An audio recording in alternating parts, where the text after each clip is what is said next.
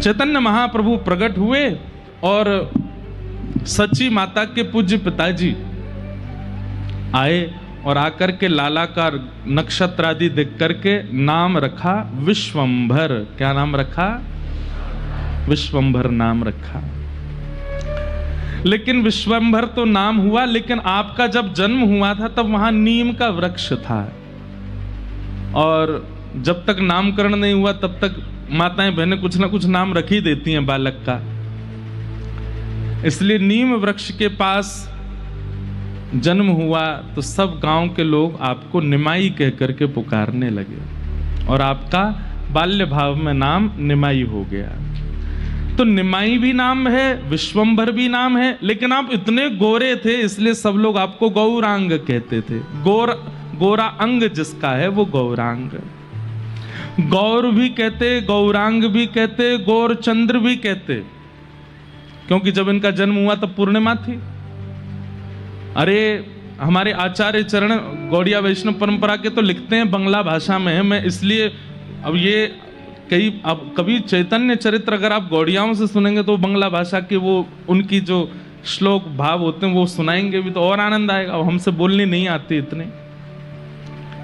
वे कहते हैं कि जब गौर चंद्र प्रकट हुए तो ग्रहण क्यों पड़ा? बोले चंद्रमा ने इसलिए स्वयं को राहु की ओट में छुपा लिया। बोले जब एक चंद्र पृथ्वी पर आ गए तो मेरा क्या काम? जब एक चंद्र का प्रादुर्भाव हो ही गया है तो फिर हम किसका? इसलिए ग्रहण पड़ा। अब वो संसार के लिए ग्रहण था, लेकिन अंतरंग भाव तो ये था। इसलिए कोई गौर कहता है, कोई गौरांग कहता है, कोई गौरचंद्र कहता है, कोई गौर हरि कहता है। ऐसे हमारे चैतन्य निमाई, आपने 10 दिन तक मैया का दुग्धपान नहीं किया। कथा सुनिएगा। 10 दिन तक दुग्धपान नहीं किया, खूब प्रयास किए, खूब हंसते हैं, खेलते हैं, देखते हैं, लेकिन दुग्धपान नहीं। अब बालक दुग्धपान ना करे कैसे हो? तब अद्वैताचार्य जी, जिनका कल हम लोग सुन रहे थे, जिन्होंने 1.25 लाख तुलसी रोज चढ़ाते थे गंगा जी में, उनको बुलवाया गया। बोले कि एक बड़ी पीड़ा है। बोले बालक दूध नहीं पीता। तो श्री अद्वैताचार्य जी गोद में लेकर के बैठे हैं, तो मानसी में ही कृष्ण चैतन्य चित्त में गए और चित्त में जाकर के बोले, हे श्री अद्वैताचार्य जी क्या बात है? बोले कि आप दुग्धपान क्यों नहीं कर रहे हो? तो ठाकुर कृष्ण चैतन्य बोलते हैं, मैं नाम प्रचार करने के लिए और कृष्ण प्रेम लक्षणा भक्ति प्रचार के लिए आया हूं। बोले तो आपने हमारी माताजी को मंत्र दीक्षा तो प्रदान कर दी, पर नाम दीक्षा नहीं दी अभी। पहले इनको नाम सुनाओ, और जब इनके चित्त में नाम जाएगा और वह नाम जाकर के इनके चित्त को, इनके वक्ष को पवित्र करेगा, तब हम उसका पान करेंगे। तब नाम दीक्षा प्रदान की। हरे कृष्ण कृष्ण कृष्ण हरे हरे, हरे राम राम राम हरे हरे। और उसके बाद श्री गौरांग दुग्धपान करते हैं। दुनिया के बच्चों को खेल खिलौना दिए जाते हैं तब वो खेलते हैं, लेकिन गौरांग तो केवल हरि बोल हरि बोल हरि बोल। कोई बोल दे, कितने भी रो रहे हों, कितने भी सो रहे हों, कितने भी किसी कार्य में किसी की गोद में हो, दूर कोई गोद में लेकर के आपको लेके नाच रहा है, लेकिन तभी कोई इधर की तरफ से चिल्ला दे हरि बोल, तुरंत आप मुड़ करके देखने लगते हैं और हरि बोल नाम सुनते ही आपके मुख में प्रसन्नता आ जाती है। तो इसलिए कि भैया सच्ची मैया का लाला केवल हरि बोल से ही खुश होता है, तो लाइन लगती पूरे मायापुर के लोगों की, सब लाला को देखने के लिए आते और सब हरि बोल ही बोलते, क्योंकि उसी से ही प्रसन्न होते थे। कहां तक कहें, सच्ची मैया जब लाला सो जाते ना तो सबसे कहती मन ही मन हरि बोल बोल लो, क्योंकि जोर से बोलोगे तुरंत उठ जाएगा। इतना नाम के प्रति आपको प्रेम हो गया। ऐसे हमारे श्री चैतन्य प्रकट हुए। धीरे धीरे आप जब बड़े होने लगे, हम तो चैतन्य चरित्र जब पढ़ रहे थे तो ठाकुर जी का अनुभव हो रहा था कि जैसे मानो कृष्ण लीला सुन रहे हो। देखो ये भी सुनने आए हैं, इधर देखो इधर देखो।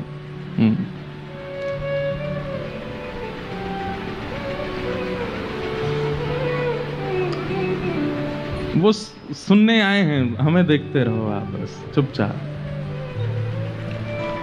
इधर देखो, यहां देखो। हाँ, तो श्री कृष्ण चैतन्य निमाई लाला धीरे धीरे बड़े होने लगे, और जैसे ही आप थोड़े बड़े हुए, करताल बजाना सबसे पहले सीखा।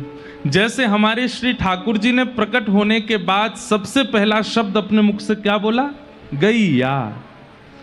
ऐसे ही श्री निमाई लाला ने सबसे पहला शब्द हरि बोल, सबसे तुतला के बोलते हैं हली बोल, सबसे पहले हरि बोल शब्द का उच्चारण किया है मुख से। और महाराज जी कम ऊधमी नहीं है, ठाकुर जी से दुगुने ही ऊधमी है। ठाकुर जी तो आए हैं, श्री राधा भाव तो बाद में प्रकट होगा, पहले कृष्ण भाव को तो प्रकट कर लें। इतना ऊधम मचाया है श्री निमाई लाला ने, हम तो पढ़ के इतने आनंदित हुए, देख करके इतना सुख मिला। तो माता और पिताजी को कभी कभी कई अद्भुत अनुभव होते थे। पहला अनुभव, पुष्प की सुगंधी आने लगती थी अनायास ही घर में। आसपास कोई वृक्ष नहीं है, कोई पौधा नहीं है, कोई पुष्प नहीं है, फिर कहां से सुगंधी आती? कभी चंदन की सुगंधी आने लगती, कभी कभी ऐसा लगता कि कोई वीणा बजा रहा है, कोई वंशी बजा रहा है, कोई मधुर तान छेड़ रहा है, कोई अलाप लगा के गा रहा है, ऐसी सुंदर ध्वनि आती। आप दोनों जाकर के बाहर देखते तो कोई नहीं दिखाई देता। और एक दिन तो आश्चर्य हुआ, जैसे ही निमाई लाला 1 वर्ष के आसपास के भय, मैया उंगली पकड़वा करके जैसे ही चलाना शुरू करती है, और धीरे धीरे आप जैसे ही चलने लगे तो मैया की उंगली छोड़ करके जब स्वयं संभल करके चलने लगे, तो मैया क्या सुनती है कि ये पग धरते हैं और बिना पायल की छम छम छम आवाज आती है, नूपुरों की ध्वनि सुनाई देती है। और जैसे ही इनको उठा लेती हैं तो वो ध्वनि बंद हो जाती है, फिर छोड़ती हैं तो फिर ध्वनि नहीं आती। ये सारे अनुभव सच्ची मैया को हो रहे हैं। बिना पायल के ध्वनि आना, बिना वृक्षों के, बिना चंदन के, बिना पुष्पों के सुगंधी आना, बिना वाद्यों के ध्वनि सुनाई देना। रूप, रस, स्पर्श, गंध और शब्द, ये 5 इंद्रियों को सबसे पहले अनुभव होता है ठाकुर जी का। बहुत ध्यान से सुनिएगा। सबसे पहला अनुभव किसका होगा? अगर ठाकुर जी आपके समीप आएगा तो सबसे पहले किसको पता चलेगा? बताओ, किसको पता चलेगा? नासिका। सबसे पहले सुगंधी आवेगी। और दूसरा अनुभव किसको होगा? त्वचा।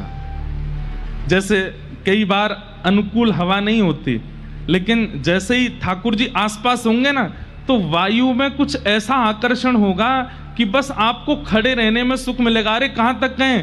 जिस समय ठाकुर जी आसपास होंगे और उस समय की वायु अगर आपका स्पर्श कर रही होगी, कोई व्यक्ति आपको मार भी रहा होगा तो आपको पीड़ा नहीं होगी, क्योंकि वायु ही इतना सुख दे रही होगी। दूसरा अनुभव त्वचा को होगा। तीसरा अनुभव कानों को होगा। कोई सामने वाला तीव्र वेग से भी बोल रहा होगा ना, अभद्र, आपको ये लगेगा कि ये तो वायलेंस ही बजा रहा है, मोते हैं कैसे, या कि सितार से निकल रहे। आहा, कभी संतों को देखा हमारे ब्रज में, ऐसे कैसे अद्भुत संत हैं, कई लोग उनके साथ कितना बुरा व्यवहार कर देते हैं, लेकिन फिर भी वो भैया ठीक है कोई बात नहीं, अरे आपको इसमें दोष नहीं दिखा, अरे कोई बात नहीं, जग को जीव है। कितना भी बुरा बोल दो उनसे, उनको बुरा ही नहीं लगता। क्यों नहीं लगता? ठाकुर जी के उपस्थिति का ये प्रमाण है कि शब्द बड़े ही कर्कश हैं, लेकिन आपको मधुर ही लगते हैं और आपके चित्त को उससे वेदना नहीं होती। रूप, सुगंधी, स्पर्श, शब्द, और फिर चौथा अनुभव होगा नेत्रों को, दर्शन। फिर जो दिखेगा, जित देखूं उतित श्याममयी है, सब अच्छे अच्छे ही लगेंगे, चाहे कितनों घोर नास्तिक आ जाए, वहां में गुण दिखेगो। और फिर अंतिम रस जो है, ये देने में ठाकुर जी विलंब कराते हैं, और ये रस क्या है? अधरामृत। ये इतनी तीव्रता से नहीं मिलता, इसके लिए थोड़ा प्रतीक्षा करनी पड़ती है, तब ठाकुर जी ये रस देते हैं। सच्ची माता को और श्री जगन्नाथ मिश्र जी को सारे अनुभव हो रहे हैं, सब में गुण दिख रहे हैं, सब जगह ध्वनि सुनाई दे रही है, सब जगह सुगंधी आ रही है और सब जगह त्वचा को अद्भुत अनुभव हो रहा है, क्योंकि लाला के आने से ये सब अनुकूल हो गया है। एक दिन आप आंगन में बैठे थे, तभी एक सर्प आया और गांव का वो सर्प भीतर आकर के जैसे ही बैठा, मैया अपने काम में लगी थी, पिताजी कहीं बाहर गए थे। सर्प आया, आगे आकर के फन फैला करके बैठा। थोड़ी देर तो निमाई लाला उसको देखने लगे, थोड़ी देर उसको ऐसे पकड़े, वो फिर फन मारे, कभी इधर हो कभी इधर हो। इतने में ही आपको भावावेश आ गया। बोले अच्छा रे शेषनाग, हमसे भाग रहे हो, चलो कुंडली मारो। सर्प ने तुरंत कुंडली मारी और निमाई लाला उस पर ऐसे जाकर के लेट गए। तुरंत भावावेश आ गया कि हम तो ठाकुर जी हैं, ये तो हमारी शयन सैया है। और ऐसे लेटे ही नहीं है, उस पर सो गए। बहुत दिनों बाद हमारो बिस्तर मिलो है, सो जाए नहीं। जैसे कोई लोग बहुत बात घूमते रहते हैं ना, नए नए बेड मिलते हैं तो नींद नहीं आती, अपने घर की याद करते हैं, हमारे घर का बिस्तर कब मिलेगा। तो आज मानो ठाकुर जी को सर्प मिले तो ठाकुर जी बोले आजा भैया कुंडली मार ले। तो जैसे लेटे बोले हाँ ये हमारा बिस्तर है, उस पर चैन से प्रेम से सो गए। इतनी में सची मैया आई। सची मैया को जैसे सर्प ने देखा, मैया ने ये दृश्य देखा, उनके हाथ से तो थाल छूट गया। थाल की जोर की आवाज हुई, सर्प तो वहां से भागा। लेकिन निमाई लाला प्रेम से मैया आकर के देखे कहीं दस तो नहीं गया, कोई पीड़ा तो नहीं, पर वो तो बिल्कुल आनंद में है।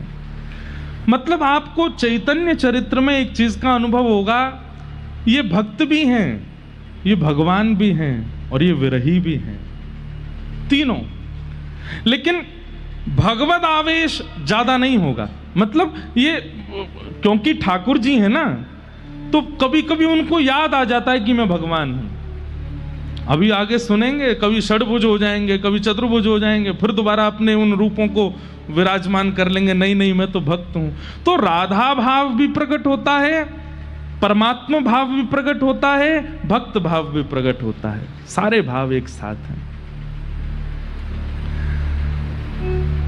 जैसे ही आप थोड़े से बड़े हुए, आपके ऊधम शुरू हो गए। और क्या ऊधम मताचे हैं। तीर्थ यात्री आते हैं, गंगा के तट पर आकर के सब अपनी भोग सामग्री सजाते हैं और भाव रखते हैं कि हे ठाकुर जी आप यहीं से भोग लगा लो।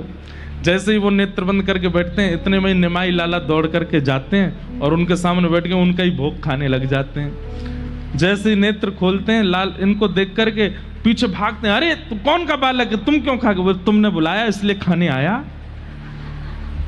बोले तो हमने थोड़ी बुलाया था, हम तो भगवान को बुला रहे थे। अब ये तो चरित्र में नहीं लिखा, लेकिन मुझे ऐसा लगा कि श्री कृष्ण चैतन्य जी बोल गए होंगे हम ही तो जय जय हैं, हम तो आमेंगे, जय जय हम ही तो हैं। तो कभी तीर्थ यात्री आ जाते हैं, सच्ची मैया से आकर के शिकायत करते हैं, बोले मैया ये अपने लाला को संभालो। गंगा घाट पे पंडा पुरोहित आ जाते हैं, बोले तीर्थ यात्रियों का प्रसाद खा जाता है, किसी के चना खा गए, किसी के चनौरी खा गए, किसी के पेड़ा खा गए। मैया समझाती हुए लाला घर में कोई कमी, तुम काय को गंगा जी पे जाते हो, वहां जाके क्यों खा जाते हो? अब नहीं खाऊंगा मां। कभी आप जाते हैं और मिट्टी में गंगा जल घोल करके और उससे 12 तिलक लगा लेते हैं और सिर पर तिलक आदि लगा करके सब जगह तिलक आदि करके और तुरंत बिल्कुल सन्यासियों का सा वेश बना लेते हैं और फिर भिक्षा याटन करते हुए घूमते हैं और सब जगह भिक्षा मांगते मांगते अपने ही द्वार पे आ जाते हैं। अरे माँ तेरा भला होगा, भिक्षा दे दो। मैया निकल करके आती है, बोले अरे लाला तू ये कहा करे। ऐसे सब अभिनय करते हैं। कभी मटकी उठा लेते हैं और मटकी उठा करके दोनों तरफ से मटकी बजाते हैं और फिर खूब प्रेम से कीर्तन करते हैं। आपके भी कई सारे सखा हो गए, उन सखाओं को लेकर के खूब आनंद से आप कीर्तन। आज हमने कीर्तन और बनाया, सुना है, यही ऊधमों पे कीर्तन बनाया।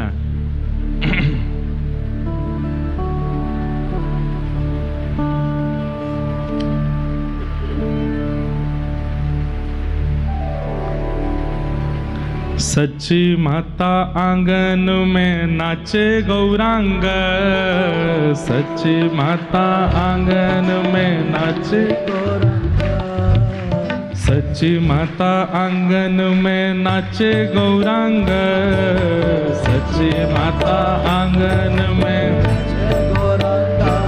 हाँ नाचे नाचे नाचे नाचे नाचे गौरांग, नाचे नाचे नाचे नाचे नाचे गौरांग, हे हे नाचे नाचे नाचे नाचे नाचे गौरांग,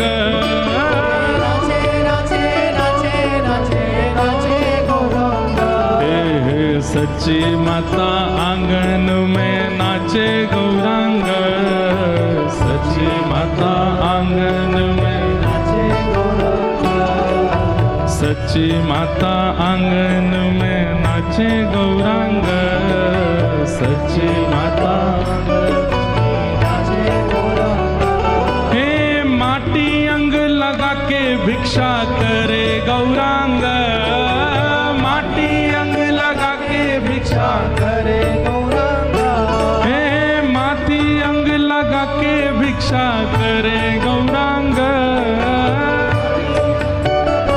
भिक्षा करे गौरांग, हे तीर्थ यात्री भोग लगावे पावे गौरांग, तीर्थ यात्री भोग लगावे पावे गौरांग, हाँ तीर्थ यात्री भोग लगावे पावे गौरांग, तीर्थ यात्री भोग लगावे पावे गौरांग। नाचे नाचे नाचे नाचे नाचे गौरांग, नाचे नाचे नाचे नाचे नाचे गौरांग, हाँ सच्ची माता आंगन में नाचे गौरांग, सच्ची माता आंगन में नाचे गौरांग, हे गैया बछिया जीव संग खेले गौरांग, गैया बछिया जीव संग खेले गौरांग, हाँ गैया बछिया जीव संग खेले गौरांग, गैया बछिया जीव संग खेले गौरांग, हे हरि हरि बोल बोले हरि गौरांग, हरि हरि हरि बोले हरि गौरांग, हरि हरि बोल बोले हरि गौरांग, हरि हरि हरि बोल हरि गौरांग, हे नाचे नाचे नाचे नाचे नाचे गौरांग, नाचे नाचे नाचे नाचे नाचे गौरांग, हे नाचे नाचे नाचे नाचे नाचे गौरांग, नाचे नाचे नाचे नाचे नाचे गौरांग, हे सच्ची माता आंगन में नाचे गौरांग, सच्ची माता आंगन में नाचे गौरांग, हे सच्ची माता आंगन में नाचे गौरांग, सच्ची माता आंगन में नाचे गौरांग, ओ नाचे नाचे नाचे नाचे नाचे गौरांग, नाचे नाचे नाचे नाचे नाचे गौरांग, हाँ नाचे नाचे नाचे नाचे नाचे गौरांग, नाचे नाचे नाचे नाचे नाचे गौरांग, हे हरि बोल हरि बोल हरि बोल हरि बोल हरि बोल हरि बोल हरि बोल हरि बोल, हे हरि बोल हरि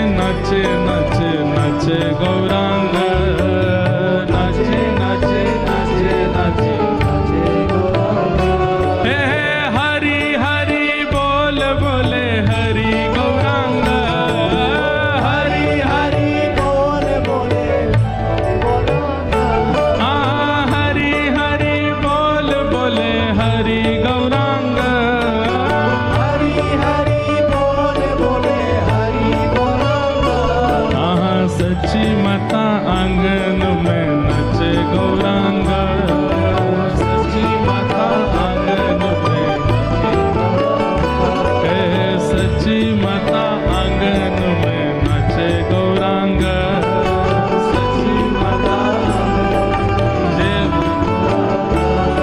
बाबा नृत्य कर रहे हैं सामने, ऐसा लग रहा है कि गौर हरि ही नाच रहे हो। नाचे नाचे नाचे नाचे नाचे गौरांग, नाचे नाचे नाचे नाचे नाचे गौरांग,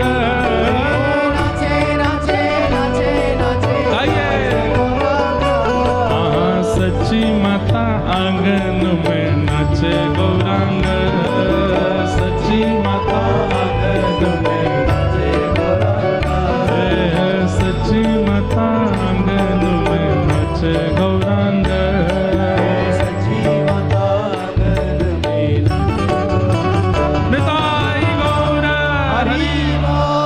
बैठ जाओ। माटी अंग लगा के भिक्षा करे गौरांग, बैठ के सुनो।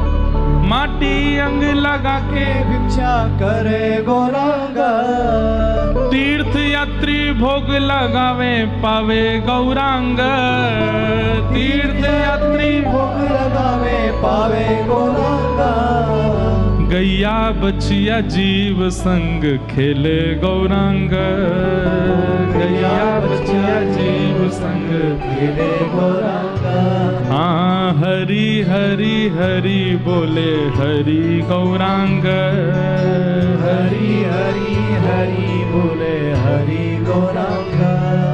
आहा पूरे मायापुर में आनंद की बहार आ गई है। जैसे वहां गोपियां उल्हाने लेकर के आती हैं यशोदा मैया के यहाँ, ऐसे यहाँ पे भी उल्हाने आते हैं।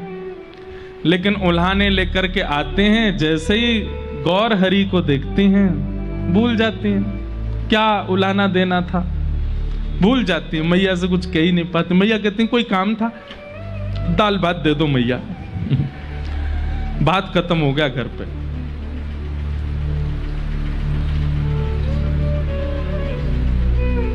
बताओ अब जो करना पड़ेगा हमें। नहीं नहीं, आप लोगों के लिए है ये। RJ14UH 8250, ये जिनकी गाड़ी है, काली इनोवा है।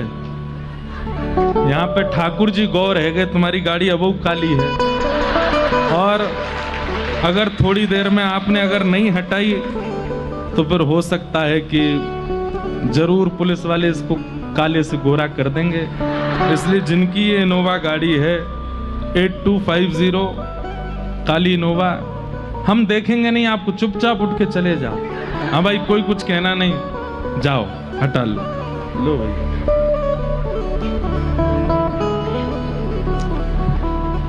तो ऐसे निमाई लाला की गौर हरि की लीलाएं चल रही हैं। आपके बड़े भाई का नाम विश्वरूप जी, कल हम लोग सुन रहे थे। ये श्री बलराम जी के अवतार हैं, और ये बाद में सन्यास लेकर के जब जाएंगे तब यही श्री नित्यानंद महाप्रभु से मिलकर के उनमें ये दोनों एक ही हो जाते हैं। फिर श्री नित्यानंद महाप्रभु के रूप में श्री बलराम जी ठाकुर जी के साथ रहते हैं। तो आपके बड़े भाई विश्वरूप जी ये अद्वैताचार्य जी की पाठशाला में पढ़ते थे। गौर हरि अब थोड़े से बड़े हो गए, तो माँ इनको भेजती थी, जाओ पाठशाला से बड़े भैया को बुला लाओ। तो ये अद्वैताचार्य प्रभु के यहाँ जाते थे, वही प्रभु जो इनको बुलाने के लिए इतनी प्रार्थना किए। अब ये जैसे ही द्वार पर जाते, छोटे से इनको देख करके श्री अद्वैत प्रभु के तो नेत्रों से आंसू आ जाते, हाथ पैरों में कंपन होने लग जाता कि मेरे प्रभु आए हैं। लेकिन ये आकर के प्रणाम नहीं करते थे अद्वैताचार्य जी को। जो गुरु जी हैं सब प्रणाम कर रहे, तो फिर इनको विश्वरूप भैया कहते, बोले प्रणाम करो गुरु जी हैं। तो जैसे ही प्रणाम करने के लिए, बाकी सब बालकों का प्रणाम अद्वैत प्रभु स्वीकार करते, लेकिन जैसे ही ये प्रणाम करते तो श्री अद्वैत प्रभु उठा लेते, नहीं नहीं आप तो खड़े ही रहो सामने।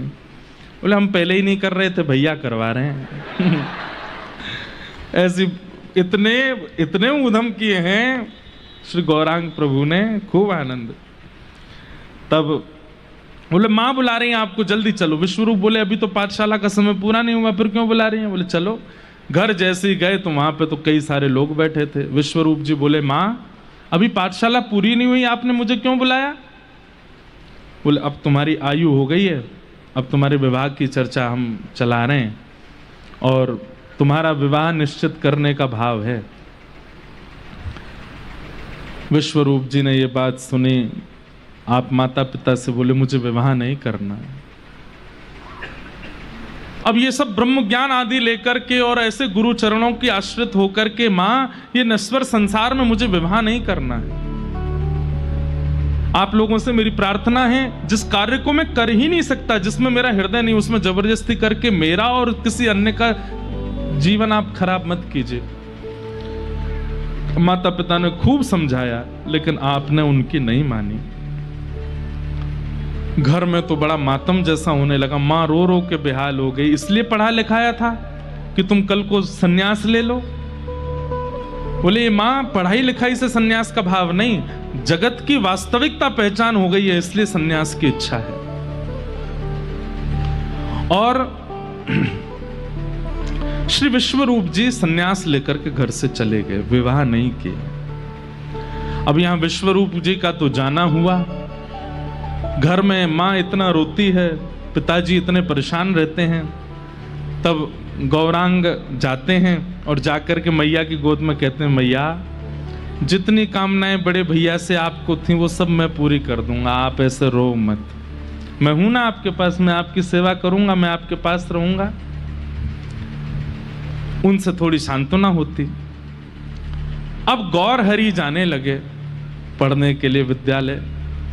अब पढ़ाई से जो आने का समय, उसमें कभी एक आध घंटा ज्यादा लग जाता तो मैया को इतनी चिंता होती। मैया बोली बड़ा बेटा जैसे पढ़ लिख करके चला गया, कहीं ये छोटा वाला भी नहीं चला जाए। उन्होंने एक दिन जगन्नाथ मिश्र जी से बात की, बोले कि इसका विद्यालय भी बंद करा दो, ये भी चला जाएगा नहीं तो हमको छोड़ छाड़ के। और श्री गौर हरि जी का विद्यालय वहीं रुकवा दिया। उन्होंने पूछा आप मुझे विद्यालय क्यों नहीं जाने देते? बोले नहीं बस हो गई पढ़ाई, जितना तुमको जरूरत थी उतना तुम पढ़ लिए, इससे ज्यादा की आवश्यकता नहीं है। खूब कहा माता पिता को, खूब समझाया कि आप मुझे जाने दीजिए विद्यालय पढ़ने के लिए, लेकिन माता पिता नहीं माने। तो भैया हैं तो आचार्य चरण ना, कई बार बातों से नहीं समझाते तो करके समझा देते हैं। इतने में आपने क्या किया, ध्यान से सुनना। अपने एक सखा को बुलाया और सखा के कंधा पे हाथ धरा और बोले मैं अब अंधे का अभिनय करूंगा, तुम मेरे को मार्ग दिखाओ। और उसके कंधे पे हाथ धर के बोले अब तुम चलो। बोले जाना कहाँ है? बोले घर घर चलेंगे, भीख मांगेंगे। अपने सखा के कंधा पे हाथ धर के हर घर के बाहर, मैया तेरा भला होगा, कुछ भिक्षा दे दो मैया। तो आकर के वो जैसी मैया देती, स्वयं गौर हरि तो अंधे का अभिनय करते हैं और अपने सखा, मैया मैं अंधा हूं, मुझ पर कृपा करके आपने दी, पर मेरी नेत्र तो इसके पास, इसको भी कुछ दे दो, उसको भी प्रदान करो। ऐसे पूरे गांव में सब जगह जाकर के भिक्षा मांगे और भिक्षा मांगते मांगते अपने ही घर पहुंच गए। अरे भगवान के नाम पे दे दो बेचारे गरीब ब्राह्मण आपके द्वार पर आए हैं, कुछ लेकर के आओ। सच्ची मैया ने जैसी आवाज सुनी तुरंत जगन्नाथ जी के पास गई, बोले कुछ दीजिए, भिक्षुक आए हैं द्वार पे, कुछ दे दें, ब्राह्मण हैं बेचारे। आप खूब सारा कुछ अन्न सामग्री आदि लेकर के बाहर आकर के देखा तो वो तो गौर हरि निमाई लाला है। आंख बंद करके वो कह रहे मैया भगवान के नाम पे दे दो, कुछ तो दो मैया। मैया ने आकर के, हे निमाई क्या करते हो ये, और ये क्या कर रहे हो, कौन सा अभिनय कर रहे हो? मैया